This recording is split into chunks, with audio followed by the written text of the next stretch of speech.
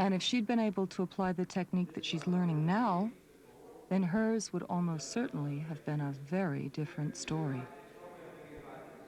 Not like that. You would not enough power. It still hurts a bit. For more power, get your leg back. Whack!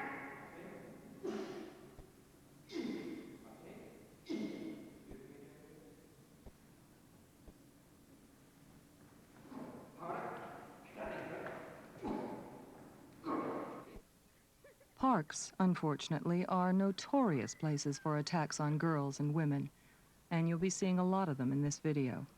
But remember, a park bench could be a seat on a train or the couch in your living room. The techniques you'll be watching can be applied anywhere. Now, this is not a technique. This is what not to do. Panic and hysteria may well provoke your attacker to far more violence than even he anticipated, either through excitement or the simple necessity to shut you up. Whichever, this reaction is fatal. Just calm down. Touch me, please. For God's sake, just calm down. The easiest and most obvious way out is this. Anticipate a potential problem, get up and walk away.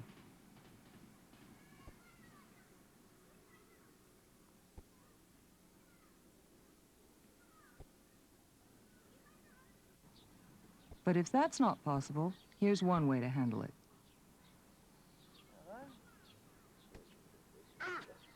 An elbow to the nose. Let's see that again in stop motion.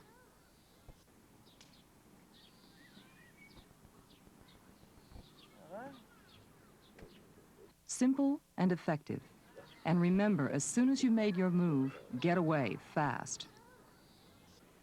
Another rather less drastic technique is to give a hard, twisting pinch to the soft skin on the inside of the thigh. It may not look much, but there are a lot of nerves in that area, and it can really hurt. The key to the following technique is to synchronize the movements for maximum impact.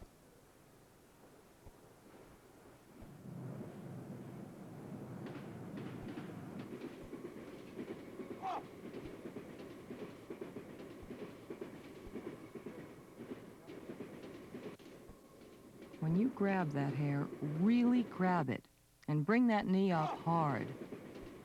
Aggression and determination.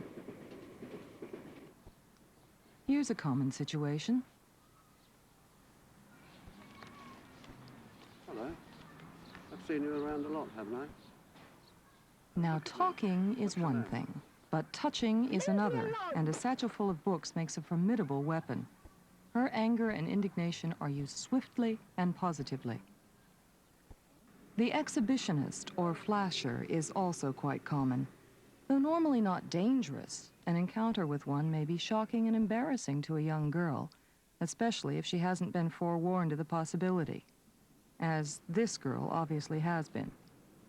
No hysterics, just walk away.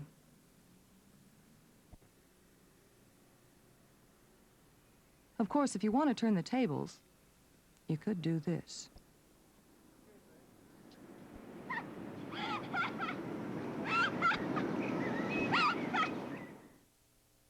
And one night we went to a discotheque, and it was very hot there. And I couldn't find my girlfriend, and I was talking to some guys and laughing and joking, and I'd had a few drinks. And as it was so hot, they said, would you like to come for a walk along the beach? And I said, yeah, sounds like a good idea. And said, I'm really hot, and I also felt a bit heady because I'd had a few drinks. So we walked along the beach, and to cut a long story short, the next thing I knew, one of them pushed me to the ground. And he was very strong, so I couldn't really hold him back. And the other guy ripped off my clothes. And I tried to fight back, and I bit and I scratched, and there was nothing that I could do because they were stronger than I was. They raped me. You don't go for walks along a beach at night with two strange men, however nice they may seem. When you have a choice, like this girl had, avoid potential trouble, ignore the shortcut, and take the long way home.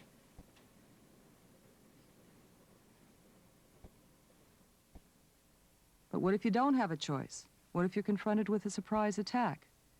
Well, this is what not to do.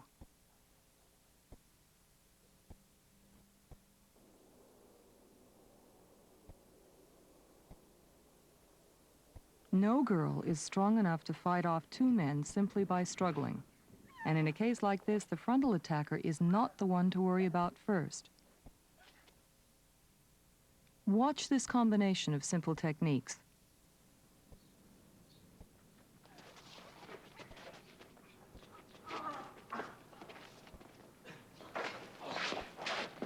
Complicated? Not really. Let's see it again in stop motion. First priority, you must free your arms. So, a head smash back into his face. Then grab his genitals and squeeze. This frees you for a finger jab to the eyes of the frontal attacker, followed by a knee kick to his groin.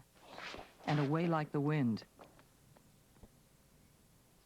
Let's concentrate now on a series of techniques designed specifically to cope with attacks from behind.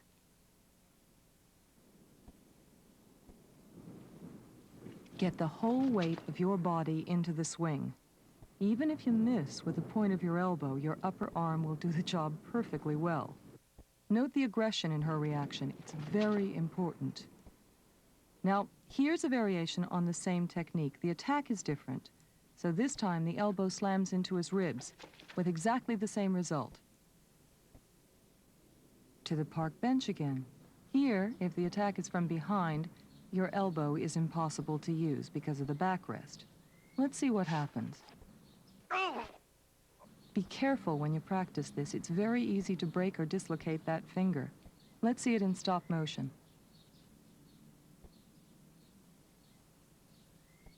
Clamp the hand flat, like this, and grab the little finger and wrench it back.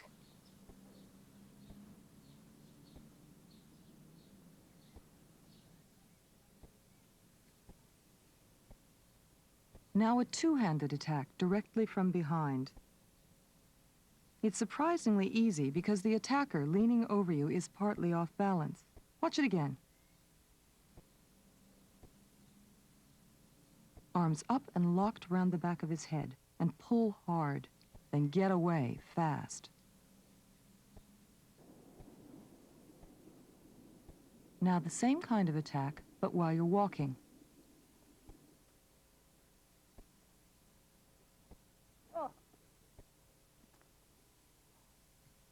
Let's watch that again.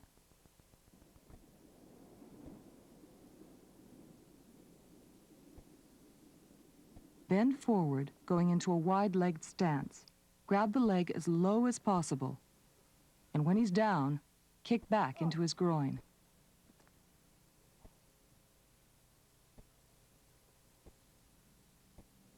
Here's a variation on that technique.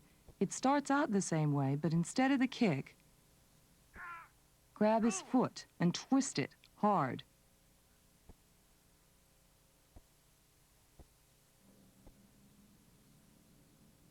Watch the grip on the foot. Both hands, like this. Twist.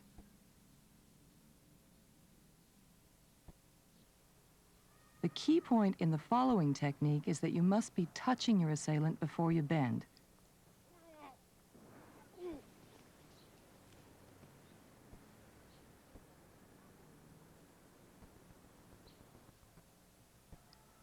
If necessary, step back into him. That way, he'll be almost lifted off the ground, and a sharp twist will easily throw him off.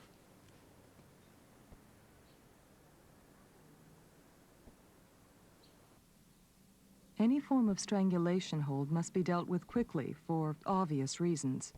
The first thing to do with this kind of arm lock is to turn your head to the side. This relieves the pressure on your windpipe and lets you breathe. Then, counterattack.